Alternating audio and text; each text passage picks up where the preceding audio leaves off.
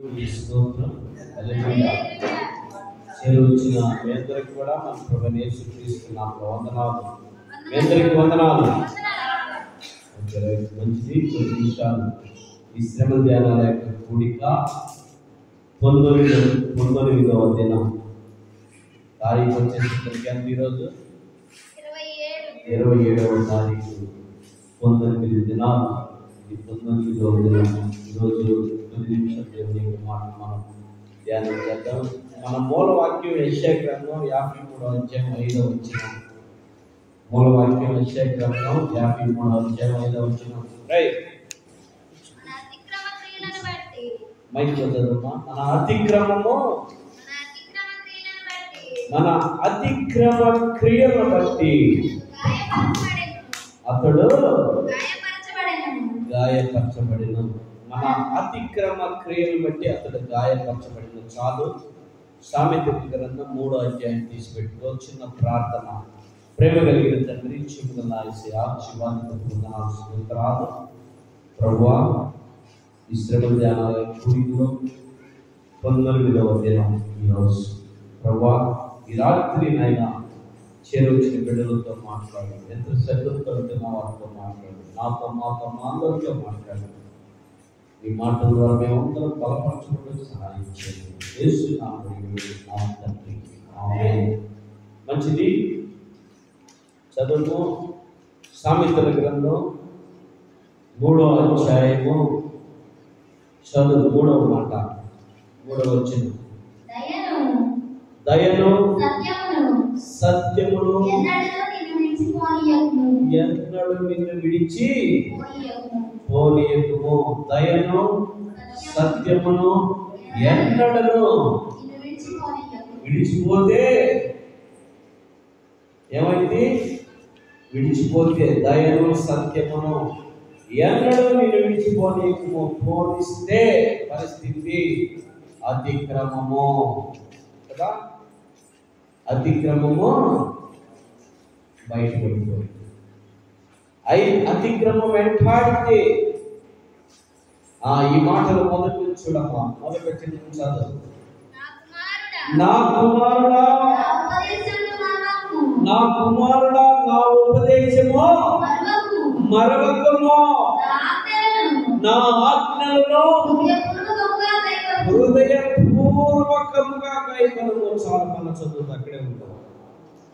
నా కుమారుడా, పేరు పెట్టి పిలుస్తూ ఉన్నాడు ఈ రాత్రి నిన్ను. నా కుమారుడా, ఈ యంత్ర శబ్దంతో ఉంటున్నటువంటి నా కుమారుడా, నా కుమార్తె పేరు పెట్టి నిన్ను పిలుస్తూ ఉన్నాడు. నా ఉపదేశమును గైకొనుము, నా ఉపదేశాలను గైకొను. ఈ ఉపదేశమును చెవులు పెట్టు, ఈ ఉపదేశమును విను. ఓ నా కుమారుడా, నా కుమార్తె, దూరంగా ఉంటున్నటువంటి నువ్వు, దేవుని సన్నిధికి దూరంగా జీవిస్తున్నటువంటి నువ్వు, ఓ నా కుమారుడా, నా కుమార్తె, ఈ రాత్రి ఈ ఉపదేశం నీ కొరకే. నువ్వు గైకొను. విను. వినాలా? గైకొనాలా? వినాల మొదట, దాన్ని గైకొనాలా? చదవమా. అవే అమ్మా దీర్ఘాయువును సుఖ జీవముతో గడుచు సంవత్సరములను శాంతిని నీకు. నువ్వు కానీ వినకపోతే, ఈ మాటలు వినకపోతే నీకు దయ ఉండదు, కృప ఉండదు, సుఖ జీవము నీకు ఉండదు, శాంతి నీకు దొరకదు. శాంతి నీకు దొరకదు. ఈ మాటను గైకొనకపోతే, ఈ ఉపదేశమును వినకపోతే, పెడచెవును పెడితే నీకు శాంతి దొరకదు, సంతోషము దొరకదు, సుఖము దొరకదు. ఈ మాటలు నీ కొరకే. ఈ మాటలు వినాలా? ప్రభువైన యేసుక్రీస్తు ఈ రాత్రి నీకు తెలియపరుస్తున్నటువంటి మాటలు చాలా జాగ్రత్తగా వినాలా. నువ్వు కానీ వినకపోతే నీ అతిక్రమములు బయటపడిపోతాయి. అతిక్రమముల చేత ఆయన్ని గాయపరిచిన వాడు అవుతున్నావు. నువ్వు ఈ మాటలు వినకపోతే నువ్వు ఆయన గాయపరిచినట్టే. నేను పిలుస్తున్నాడు పేరు పెట్టి, నా కుమారుడా, నా కుమార్తె, ఆలకించి మాటలు చదవమ్మా. దయను సత్యమును ఎన్నడూ విడిచి నేను పోనీయకము, వాటిని కంఠభూషణముతో ధరించుకొనుము. నీ హృదయం అనే పలక మీద వాటిని రాసుకొనుము. అప్పుడు దేవుని దృష్టి యందును నరుల దృష్టి యందును నువ్వు దయ నుండి మంచివాడు మంచిదాను అనిపించుకుంటా. లేకపోతే మీరేం చెప్పాలా? లేకపోతే చెప్ప, మైక్లో చెప్పు. లేకపోతే చెప్పు.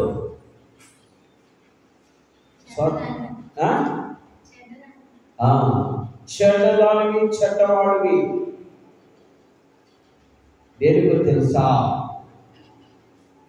ఈ మాటలు నువ్వు అంగీకరించకపోతే, ఈ మాటలు నువ్వు చెవి పెట్టకపోతే, ఈ మాటలు నువ్వు కంఠాపోషణను ధరించుకోకపోతే, ఈ మాటలు నీ హృదయం అనే పలక మీద నువ్వు రాసుకోకపోతే, నువ్వు చెడ్డదానివి, చెడ్డవాడివి. ఎట్లా చెడ్డదానివి, చెడ్డవాడివి? ఎట్లా? దేవుడు నీతో మాట్లాడుతున్నప్పుడు వాక్యాన్ని నువ్వు పెడచెవులు పెడితే చెడ్డదానివి. చిన్న ఉదాహరణ మీకు నేను తెలియపరచాలని ఆశపడుతున్నాను. బైబిల్లోనే మీకు అర్థం అవటానికి ఉపమానంగా తీసుకుంటున్నాను. సొదొమ గొమొర పట్టణం ఎంతమందికి తెలుసు? మీలో యూట్యూబ్లో ఉన్న వారికి ఎంతమందికి తెలుసు? సొదొమ గొమొర పట్టణాన్ని మనం చూడలేదు కానీ విన్నాము, యూట్యూబ్లో చూస్తున్నాం. సొదొమ గొమొర పట్టణంలో అక్కడ ఎవరు నివాసం ఉన్నారు? ఎవరు నివాసం ఉంటున్నారు? సొదొమ గొమొర పట్టణంలో లోతు అనబడినటువంటి తన భార్య పేరైతే రాయలేదు బైబిల్ గ్రంథంలో. లోతు భార్య, లోతు పిల్లలు, ఇద్దరు ఆడపిల్లలు సొదొమ గొమొర పట్టణంలో నివాసం ఉంటూ ఉన్నారు. అయితే సొదొమ గొమొర పట్టణం భయంకరమైనటువంటి విగ్రహారాధనకు, భయంకరమైన పాపానికి సాదృశ్యముగా భయంకరమైనటువంటి పాపం అక్కడ జరుగుతుందని దేవుని చెంతకు చేరిన పిల్లరా పట్టణం. అయితే ఆ పట్టణాన్ని అగ్నితో కాల్చడానికి దిగి వచ్చారు దేవుని సమూహం. పిల్లరా జాగ్రత్తగా ఉండండి. దిగి వచ్చారు. దిగి వస్తూ అబ్రహామును కలుసుకున్నారు. అబ్రహాము సాగిలపడి వారిని శాంతపరిచి వారికి భోజనం పెట్టి వారిని బతిమలాడుతున్నాడు. అయ్యా ఎక్కడికి వెళ్తున్నారు అంటే సొదొమ గొమొర పట్టణంకి వెళ్తున్నాం. దేనికయ్యా? అక్కడ భయంకరమైన పాపము జరుగుతుందనే సంగతి విన్నాము. మేము ఆ పట్టణాన్ని అగ్నితో కాల్చివేయడానికి వచ్చాం. అయ్యా సొదొమ గొమొర పట్టణం నాకు బాగా తెలుసు అయ్యా. అందులో కొంతమంది నీతిమంతులుంటే పట్టణాన్ని కాపాడుతావయ్యా. కాపాడుతాను. 100 మంది ఉంటే కాపాడుతావా? కాపాడుతాను. 50 మంది ఉంటే కాపాడుతావా? కాపాడుతాను. 40 మంది ఉంటే కాపాడుతావు? కాపాడుతాను. 30 మంది ఉంటే కాపాడుతావు? కాపాడుతాను. 20 మంది ఉంటే అట్లా చెప్పుకుంటే ఇలారా అబ్రహాం బతివులాడుతున్నాడు. బేరంలాగా బతివులాడుతున్నాడు. ఎవరి కోసం చెప్పండి? ఎవరి కోసం? ఎగ్జాక్ట్లీ లోతు భార్య కోసం బతివులాడుతున్నాడు అబ్రహాం. ఈ రాత్రి నీ కోసం దేవుని కొరకు మన దేవుని దగ్గర మొరపెడుతున్నాం. నా ప్రియమైనటువంటి వాళ్ళారా, నువ్వు కూడా సొదొమ గొమొర పట్టణంలో ఏ రీతిలో అయితే దేవునికి పరిచయం పెట్టున్నారో ఆ రీతిలో నువ్వు కూడా ఈ వాక్యం వింటున్నటువంటి నువ్వు, దేవుని సన్నిధి వినపడుతున్నటువంటి నువ్వు పెడచెవున పెడుతూ ఉన్నావు. జాగ్రత్త. దేవుని సన్నిధికి రాకుండా నీ ఇష్టానుసారమైనటువంటి తలంపులతో, నీ ఇష్టానుసారమైన జీవితంతో దేవునికి వ్యతిరేకంగా జీవిస్తున్నావు.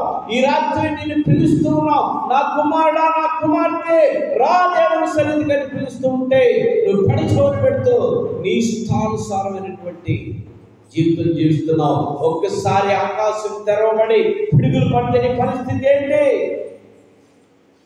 ఆలోచించాయి. ఈ రాత్రి నువ్వు ఎంతలో కనపడేంతలో మాయమై అల్పమైనటువంటి జీవితం నీ జీవితం ఏంటి? నీ పరిస్థితి ఈ రాత్రి నువ్వు నా ప్రియమైనటువంటి వాళ్ళారా కడచోటు పెడుతూ ఉన్నావు. అబ్రహాము బేరం ఆడుతున్నట్టు ఇక్కడ ఈ యొక్క ఇందిరా కాలనీ తోటవారిపల్లి గ్రామంలో నీ కొరకు దేవునికి మొరపెట్టుకుంటున్నావు. నువ్వు మారాలని, నీ జీవితం మారాలని, నీ మనసు మారాలని, నీ ఆత్మ మారాలని, నువ్వు దేవుని రాజ్యంలో ఉండాలని, నిత్య పరలోకంలో నువ్వు ఉండాలని నీ కొరకు మొరపెడుతూ ప్రార్థన చేస్తున్నావు. నా ప్రియమైనటువంటి సహోదరి సహోదరులా, నీకు మాత్రం రాత్రికి చిక్కిలిగిలా అన్నట్టు ఉన్నావు. రాత్రికి చిక్కిలిగిలాగా జీవిస్తున్నావు. నీకు మాత్రం వినపడట్లా. యూట్యూబ్ లో చూస్తున్నట్టు నువ్వు, లైవ్ లో ప్రతీక్షిస్తున్నట్టు నువ్వు, నీకు మాత్రం పెడచెవుగానే ఉంది. దేవుని మాటలు నీకు వినపడతలా. ఆలోచించే నా ప్రియమైనటువంటి వాళ్ళ ఎక్కడున్నా సరే నువ్వు దేవుని సన్నిధికి వెళ్ళు, దేవుని ఆరాధించు, దేవుని గణపరచు, దేవుని మహింపరచు, దేవుని కొనియాడు. నీ జీవితాన్ని మారుస్తాడు దేవుడు, నీ బ్రతుకులు మారుస్తాడు దేవుడు, నిన్ను హెచ్చింపజేస్తాడు. నువ్వు దీన స్థితిలో ఉండొచ్చు, తుదుకు కొద్దిగానే ఉండొచ్చు, దేవుని నమ్మితే నువ్వు మహాభివృద్ధి చెందుతావు. ఈ రాత్రి నువ్వు కూడా శ్రద్ధగా ఈ మాటలు విను. చూడండి, ఆ పెడచెవులు పెట్టి ఉన్నటువంటి వారిని మీ ముందు ఉంచబోతున్నాను. పిల్లరా, అబ్రహాం బతిమలాడుతున్నాడు లోతు కుటుంబం వరకు.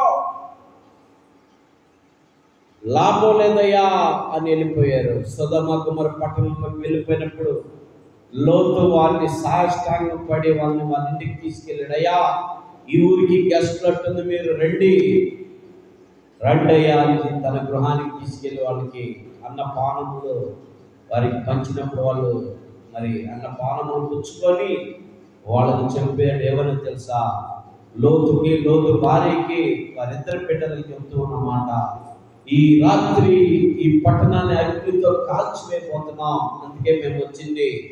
దయచేసి మీరు వెనక్కి తిరగకుండా మీరు వెళ్ళిపోండి, ముందుకి చూసుకుంటూ వెనక్కి తిరగొద్దని చెప్పేసి వాళ్ళని సాగనంపారు. పిల్లారా, సాగనంపుతూ ఉంటే వాళ్ళు వెనక్కి తిరగకుండా ముందుకు వెళ్తున్న సమయంలో డమడమా ఢమడమా ఢమడమా అంటూ ఆకాశము తెరవబడి అగ్ని గంధకాలు ఆ సొదొమ గొమొర్రా మీద పడుతూ ఉంటే అగ్ని చేత కాలిపోతూ ఉంది పట్టణం. మనుషుల మీద మనుషులు కాలిపోతూ, బిల్డింగ్లు కాలిపోతూ, గృహాలు కాలిపోతూ, అన్ని పశువులు సమస్తం కాలిపోతూ ఉంది. పిల్లారా, సౌండ్లు పెరిగిపోతూ ఉన్నాయి. వీళ్ళ మాత్రం చెప్పిన మాట ఏంటో తెలుసా? ముందు చూసుకుంటా పో, వెనక్కి తిరిగి చూడొద్దు, వెనక్కి తిరిగి చూడొద్దు, ముందుకు పో అని చెప్తే, వెనక్కి తిరగద్దు ముందుకు పో అని చెప్తే వీళ్ళు ఏం చేశారు తెలుసా? వెళ్తున్న సమయంలో ఒక పెద్ద సౌండ్ రాగానే, ఒక పెద్ద వెలుతురు రాగానే వెనక్కి తిరిగి చూడొద్దని చెప్పినటువంటి ఆ యొక్క దేవుని యొక్క సమూహముకి ఎదురు తిరిగి వెనక్కి తిరిగి చూసింది. ఎవరండి? లోతు భార్య వెనక్కి తిరిగి చూసింది. వెనక్కి తిరిగి చూసే సమయంలో లోతు కేకలేస్తూ వెనక్కి తిరగద్దు అని కేకలేస్తున్నా కూడా వినకుండా వెనక్కి తిరిగి చూసింది. ఇలా ఈ రాత్రి నువ్వు ఆలోచన చేయి. నీ జీవితం ముందుకు సాగుతూ ఉంటే, దేవుడు నిన్ను ముందుకు నడిపిస్తూ ఉంటే, లేమిలో నుండి దేవుడు నిన్ను ముందుకు నడిపిస్తూ ఉంటే, కష్టాల్లో నుండి దేవుడు నిన్ను ముందుకు నడిపిస్తూ ఉంటే, శ్రమల్లో దేవుడు నిన్ను ముందుకు నడిపిస్తూ ఉంటే, వేదనలో దేవుడు నిన్ను ముందుకు నడిపిస్తూ ఉంటే, బలహీనతలో దేవుడు నిన్ను ముందుకు నడిపిస్తూ ఉంటే, అప్పుల నుండి దేవుడు నిన్ను ముందుకు నడిపిస్తుంటే, భారముల నుండి దేవుడు నిన్ను ముందుకు నడిపిస్తూ ఉంటే, వ్యాధుల నుండి దేవుడు నిన్ను ముందుకు నడిపిస్తూ ఉంటే, నువ్వు వెనక్కి తిరిగి చూస్తున్నావు. కారణమేంటి? ఎవరు నిన్ను ప్రేరేపిస్తూ ఉన్నారు? వెనక్కి తిరిగి చూడలే. దేవుడు నిన్ను అన్ని విషయాల్లో నీకు సహాయం అందిస్తున్నాడు కదా. దేవుడు నీకు అన్ని సమకూరుస్తున్నాడు కదా. దేవుడు నీకు అన్నింటినీ సమకూర్చింది కాక సమాధానాన్ని ఇస్తున్నాడు కదా. మరలా వెనకటి స్థితికి నువ్వు వెళ్తే నిన్నెవరు కాపాడతారు? ఈ రాత్రి నువ్వు అర్థం చేసుకో. మరలా వెనక్కి స్థితికి నువ్వు వెళ్తే ఈ రాత్రి నేను ఎవరు కాపాడతారు? ఈ రాత్రి నీ జీవితం ఏంటి? నీటి మీద పుడగలాంటిదే. ఇప్పుడు ఎప్పుడు పగిలింది ఎవరికి తెలీదు. నీ పరిస్థితి ఏంటి? దేవుడు చెప్పిన మాట నువ్వు దేవుడికి వ్యతిరేకంగా మరలా వెనక జీవితాన్ని నువ్వు జ్ఞాపకం చేసుకుంటే ఏంటి పరిస్థితి? వెనకటి జీవితాన్ని జ్ఞాపకం చేసుకుంటూ ఉంటారు పిల్లారా. వెనకటి జీవితాన్ని జ్ఞాపకం చేసుకుంటారు. వెనకటి జీవితాన్ని మరలా చూడు. నీ పరిస్థితి ఏంటి ఇప్పుడు? వెనక్కి తిరిగి చూడొద్దని బతిమలాడారు. వెనక్కి తిరిగి చూడొద్దు. వెనక జీవితాన్ని జ్ఞాపకం చేసుకోవద్దు. ఈమెందో అక్కడ సంపాదించి పెట్టిందల్లా బంగారం కావచ్చు, వెండి కావచ్చు, ఇత్తడి కావచ్చు, పెళ్లిగిలు కావచ్చు, తన ఏదైనా కావచ్చు, వదిలే. జీవించాలి కదా నువ్వు. దానికోసం నువ్వు తిరిగావు. లోతు భార్య దానికోసం తిరిగింది పిల్లారా. ఏమైంది? ఉప్పు స్తంభం అయిపోయింది. నేటికి ఉప్పు స్తంభంగా మారిపోయింది. పిల్లారా. వెనకటి జీవితం నువ్వు జీవిస్తూ ఉన్నావా? వెనకటి బ్రతుకును బ్రతుకుతూ ఉన్నావా? వెనకటిది నువ్వు వదిలేసింది నువ్వు మరలా దానికోసం ప్రయాసపడుతున్నావా? ప్రాకులాడుతున్నావా? వెనకటి పాపాన్ని నువ్వు మరలా చేయాలని ఇష్టపడుతున్నావా? ఈ రాత్రి నువ్వు జ్ఞాపకం చేసుకో. నా ఉపదేశాన్ని నువ్వు విను. నా ఉపదేశాన్ని నువ్వు మరవకు. కంఠాపోషణముగా నీ హృదయం అనే పలక మీద రాసుకో. నువ్వు వెనక్కి తిరిగి చూడొద్దని, వెనకటి జీవితం నువ్వు జీవించొద్దని. నువ్వు వెనక్కి తిరిగి చూసినందువల్ల, వెనకటి జీవితాన్ని మళ్ళీ కోరుకున్న వల్ల ఏమవుతున్నావు? నువ్వు నీ అతిక్రమములు పెరిగిపోతున్నాయి. చేసింది పాపం కాకుండా మరి పాపాన్ని పెంచుకొని ఈ పాపము ద్వారా ఆయనకి గాయాలవుతున్నాయి. ఆనాటి కాలంలో ఒక్కసారి గాయమైంది, ఇప్పుడు ప్రతి క్షణం గాయం చేస్తున్నావు నువ్వు. దేవుని యొక్క సన్నిధానానికి, దేవుని యొక్క సన్నిధికి, దేవుని యొక్క సమూహానికి, దేవుని మందిరానికి, దేవుని సన్నిధికి, దేవుని ఆత్మకి నువ్వేం చేస్తున్నావు అంటే గాయం చేస్తున్నావు. పిల్లారా, ఏ ఆత్మను ఆర్పుతున్నావు నువ్వు? దేవుని ఆత్మను ఆర్పుతున్నావు. నీలో 2 ఆత్మలు ఉన్నాయి. ఒకటి దురాత్మ, 2 దేవుని ఆత్మ. దేవుని ఆత్మ నిన్ను చేయొద్దన్న పనులు చేయొద్దని సంబోధిస్తూ ఉంటుంది. వెళ్ళొద్దన్న స్థలానికి వెళ్ళొద్దని సంబోధిస్తూ ఉంటుంది. దురాత్మ ఏమని తెలుసా? ఏం కాదులే పద, ఈ ఒక్కసారిలే పద, ఈ ఒక్కసారి చెయ్యి, ఈ ఒక్కసారి అను, ఈ ఒక్కసారి తిను అని నిన్ను ముందుకు నడిపిస్తూ ఉంటాయి దురాత్మ. ఏదైనా వనంలో కూడా అవును కూడా ఇదిగో ఇది నిజమా అని సంబోధించగానే పడిపోయింది.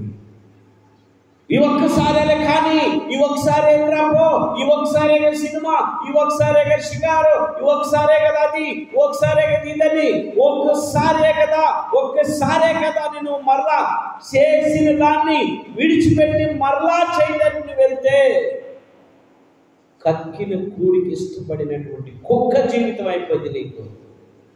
గుర్తుపెట్టుకో. ఈ రాత్రి దేవుడు నీతో మాట్లాడుతున్నాడు. నా పిల్లారా, నా ఉపదేశాన్ని మరవకూడదు. ఒక్కసారి అని నువ్వు ఒక్కసారి మరలా ఒక్కరోజే కదా, ఈ ఒక్కరోజే కదా నేను దేవుని సన్నిధికి వెళ్ళండి, ఈ ఒక్కరోజు ఆగితే ఏమైందిలే అని నీ ఇష్టానుసారంగా నువ్వు జీవిస్తూ, నీ ఇష్టానుసారంగా నువ్వు ఇంటికాడు ఉంటే ఈ ఒక్కరోజే కదా అని రోజు వెళ్తున్నాను కదా, ఈ ఒక్కరోజే కదా అయితే ఏమైందిలే, ఏం కాదు. ఏమైతే పడేది నువ్వే, ఇబ్బంది పాలయ్యేది నువ్వే, రోగంలో ఇరుక్కునేవాడు నువ్వే, శ్రమలో ఇరుక్కునేదాన్ని నువ్వే. శ్రమలు కానీ, రోగాలు కానీ, రొప్పులు కానీ ఏదైనా కానీ నీకే వచ్చేదే, మానవులకే వచ్చేది. ఇలా ఒక్కరోజే కదా, ఒక్కసారే కదా ఆలోచించి వెనక్కి తిరిగి చూడొద్దు, వెనక్కి తిరిగి చూడొద్దు, వెనక్కి తిరిగి చూడొద్దు అని బతిమలాడినా సరే వచ్చిన వాళ్ళకి ఏమవసరం వెనక్కి తిరగొద్దని చెప్పడానికి? నిన్ను రక్షించడానికే కదా. పాస్టర్గా నాకేం అవసరం? నిన్ను రక్షించడానికే కదా. నిన్ను రక్షించి నీ యొక్క ఆత్మను దేవుని సన్నిధిలో అప్పగించడానికే కదా.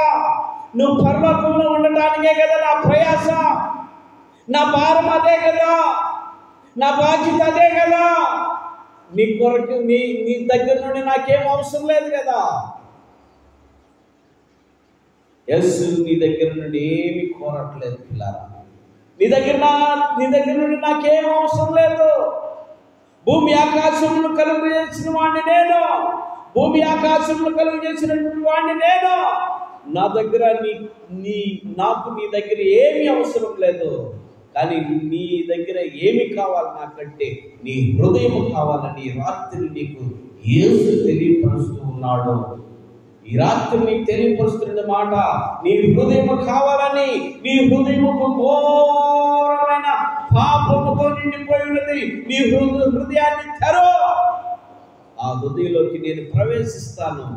ఆ పాపం నీలో నుండి తొలగిపోయింది. హల్లెలూయా. నేనేం పాపం చేస్తున్నానంటే, నేనేం పాపం చేస్తున్నాను, నాలో ఏం పాపం ఉన్నది అని నువ్వు అనుకుంటున్నావు. నువ్వేం పాపం చేస్తున్నావో నీకు తెలుసు. నేను శరీర పాపం గురించి అనట్లేదు పిల్లారా. దేవుని సన్నిధిలో ఒక్క దినం గడిపితే 1000 సంవత్సరాల కంటే శ్రేష్టమైనది. కనీసం దేవుని సన్నిధి నీకు వినపడుతుంటే నువ్వు వింటూ కూడా ఇష్టానుసారంగా జీవితం చూస్తున్నావు కదా, ఇది పెద్ద పాపం. దేవుని సన్నిధిని విడిచిపెట్టడమే పాపం. గుర్తుపెట్టుకో, నువ్వే పాపం చేయాల్సిన అవసరం లేదు. దేవుని సన్నిధికి రాకపోతేనే పాపం, దేవుని వాక్యం చదవకపోతేనే పాపం, దేవుని సన్నిధిలో దేవుని ప్రార్థన చేయకపోవడమే పాపం. యేసు చెప్పినటువంటి మాట, నిన్ను వలె నీ పొరుగువాన్ని ప్రేమించు. నీ పొరుగువాన్ని నువ్వు ప్రేమించలేనప్పుడు పెద్ద పాపం చేసినట్టే లెక్క. నువ్వు ఇంకా శరీర పాపాలు చేయాల్సిన అవసరం లేదు. తినుము త్రాగుము సుఖించాల్సిన అవసరం లేదు. అంటే దొంగతనం, వ్యభిచారం, నరహత్యలు చేయాల్సిన అవసరం లేదు. నీ పొరుగు వారిని ఆశించిన అవసరం లేదు. ప్రేమించకపోతేనే పాపం. ఎంతమందిని ప్రేమిస్తున్నావు? ప్రేమ అంటే యెహోవాకు ప్రేమ కాదు, నా యేసయ్య ప్రేమ. అందుకనే కొరింథీయులకు రాసిన మొదటి పత్రిక అపోస్తలుడైన పౌలు గారు తెలియపరిచినటువంటి మాట, కొరింథీయులకు రాసిన మొదటి పత్రిక 13వ అధ్యాయంలో చివరి 13వ వచనంలో ఒక మాట ఉన్నది. ఆ మాట చదువుకొని మనం ముగించుకుందాం. చదవండి అమ్మా మాట. కాగా విశ్వాసము, నిరీక్షణ, ప్రేమ, ఈ మూడిట్లో నిలిచినదే శ్రేష్టమైనదే ప్రేమ. శ్రేష్టమైనది ప్రేమ. ఏంటంట? విశ్వాసము, నిరీక్షణ. విశ్వాసం అంటే నమ్మకము, నిరీక్షణ అంటే ఎదురు చూస్తాము. మూడోది ప్రేమ. ఎవరి కోసం? ఎవరిని నమ్ముతున్నావు నువ్వు? దేవుణ్ణి నమ్ముతున్నావు. ఎవరి కోసం ఎదురు చూస్తున్నావు? యేసు కోసం ఎదురు చూస్తున్నానయ్యా. మరి పక్కన ప్రేమించకపోతే, ఆయన్ని నమ్మి ఆయన కోసం ఎదురు చూసి ఉపయోగమే ఉంది? ఉందా ఉపయోగం? 20 సంవత్సరాలైనా నేను బాప్తిసం పొంది ఆ యేసు నాయన నాకు తెలుసయ్యా, ఆ యేసు దేవుని కోసం ఎదురు చూస్తున్నానయ్యా, ఆ యేసు ప్రభు కోసం నేను ఎదురు చూస్తున్నానయ్యా. 20 సంవత్సరాలైంది బాప్తిసం పొంది, 10 సంవత్సరాలైంది బాప్తిసం పొంది, 5 సంవత్సరాలైంది బాప్తిసం పొంది, 1 సంవత్సరం అయినా కానీ, 1 నెల అయినా కానీ, 1 రోజైనా కానీ నువ్వు బాప్తిసం పొందినా, నిన్ను వల్ల నీ పొరుగు వారిని ప్రేమించకపోతే నువ్వు చేసేదంతా వ్యర్థం. వ్యర్థం పిల్లల, వ్యర్థం. ఎవరిని ప్రేమించాలా? నిన్ను వల్ల నీ పొరుగు వారిని ప్రేమించాలా. అలా నీలో ప్రేమ లేకపోతే నువ్వు ఎంత చేసినా ఎన్ని పాటలు పాడినా, ఎంత వాక్యం చెప్పినా, ఎంత ఆరాధన చేసినా, ఎన్ని కానుకలు ఇచ్చినా, ఎన్ని అన్నిటినీ నువ్వు స్పాన్సర్ చేసినా కూడా ఉపయోగం లేదు. దేవుని సన్నిధిని ప్రేమించకపోతే నీకు ఉపయోగం లేదు. నువ్వెన్ని చెప్పుకున్న పెడచెవులు పెట్టినట్టే లెక్క. ఇది ఖచ్చితంగా దేవుని గాయపరుస్తూ ఉన్నది, దేవుని సన్నిధికి గాయం చేస్తూ ఉన్నది, దేవుని ఆత్మకి గాయం చేస్తూ ఉన్నది. నా కుమారుడిని, నా కుమార్తెను నేను ఎంతగానో ప్రేమిస్తూ కావాల్సింది అన్ని సహాయం చేస్తూ అందిస్తున్నా కూడా నా కుమారుడు, నా కుమార్తె నాకు దూరంగా ఉన్నదని ఎంత వ్యాధులు చెందుతాడు ఆ యేసయ్య. నీ కొరకే కదా ప్రాణం పెట్టింది, నీ కొరకే కదా ఆయన రక్తం కార్చింది, నీ కొరకే కదా ఆయన చేతుల్లో మేకలు కొట్టించుకుంది, నీ కొరకే కదా ఆయన తలకు ముళ్ళ కిరీటం పెట్టించుకుంది, నీ కొరకే కదా ఆయన కాళ్ళకు మేకలు కొట్టించుకుంది, నీ కొరకే కదా కొరడాలతో కొట్టించుకుంది. ఎవరి కోసం? నువ్వు నేను చేసినటువంటి పాపం, అతిక్రమణ, దోషములను బట్టే కదా. ఈ రాత్రి నువ్వు తెలుసుకో, ఈ వాక్యాన్ని నువ్వేం చేయాలా? పెడచెవునా పెట్టకూడదు.